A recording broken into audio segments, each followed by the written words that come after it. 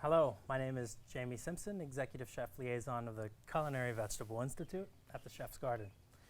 We're here to talk about our home delivery boxes and specifically how they're navigating through the seasons with us.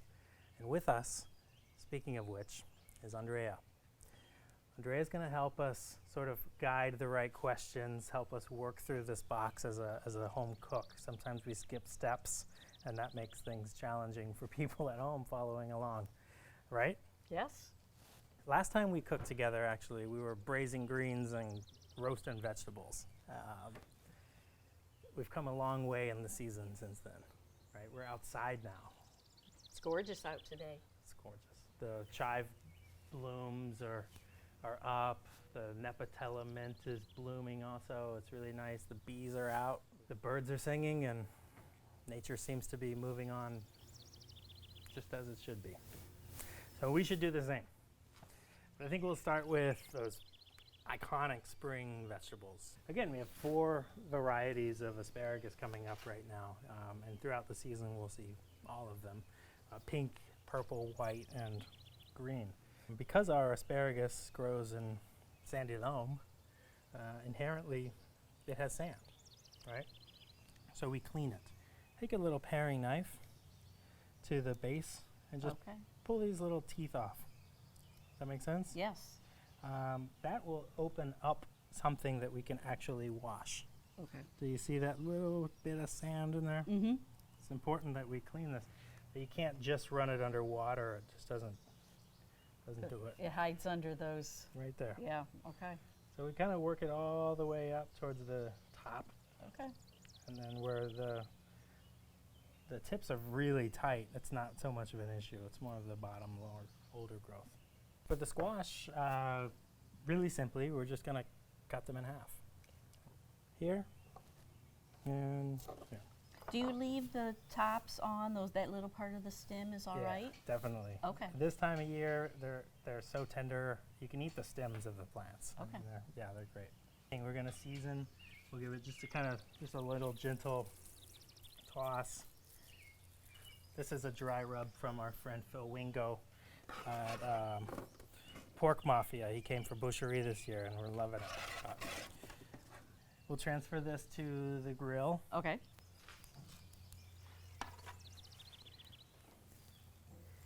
We're going to take the flowers and the herbs, we'll chop them up really fine, and we'll fold it into butter. We'll take a full pack of herbs, about a half pack of flowers, and 6 ounces of butter. It's a really nice way to finish some of this as the asparagus cooks and gets really dark, and this is a great way to brighten things up. Jamie, how often do I want to turn these over while they're cooking? Do you leave them go for a little bit? Yeah, let them be. You want to try and get as much surface area with the grill as possible. So where they're stacked, you'll That won't get the job done, will it? Right. Yeah. You can see you're already starting to get some nice color going on, but nothing crazy.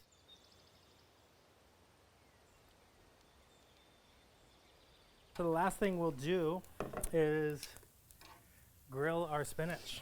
If you want to kind of pull those off to the side somewhat, and they can slightly stack now. We just cook this stuff really briefly in a nice hot grill. Some of this spinach, not all of it, but it's really beautiful.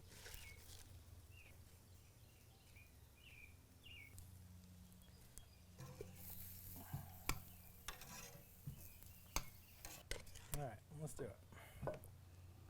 Wow, that just looks so delicious. And you make everything look so easy. You did this. I still don't believe it, so. Wow. Wonderful, just delicious looking, Jamie.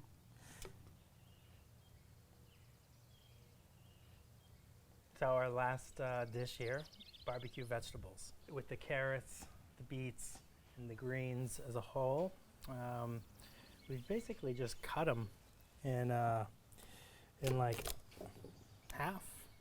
You know, same thing. We cut those halves in half. We cut those halves in half, until we have kind of, somewhat bite-sized pieces. And we'll ultimately end up with something like this, right? Now when we have these vegetables, the carrots, the long carrots, the beets, after they're all cut, then we season them with salt. In this case, dry rub. And what that does is kind of pulls out a lot of extra moisture, some water. That can help us out a little bit in this process, kind of speed things up, but it also, I feel like when they're cooked, gives them a little bit more of a meaty texture, right? A little bit more chew, which is fun. You can almost see it already. Yes, you do. Right?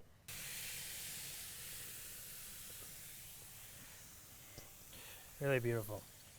Periodically, we're going to get in here, we'll mix them up, and we'll sauce them, almost like you would at barbecue. In this case, what we're calling our mop, barbecue mop.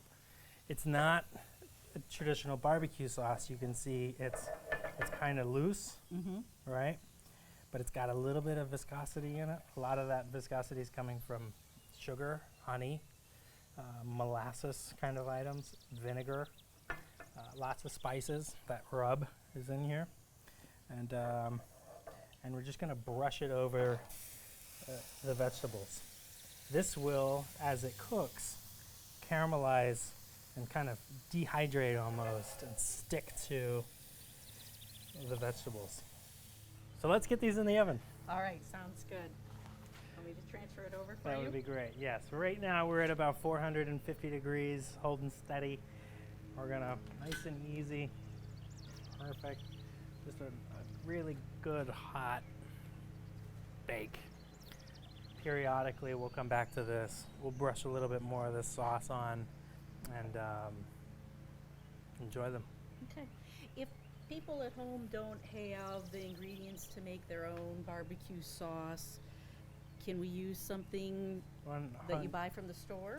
Absolutely. This is equal parts traditional barbecue sauce to apple cider vinegar, and then it's seasoned with the rub and honey and salt, right? Additional salt.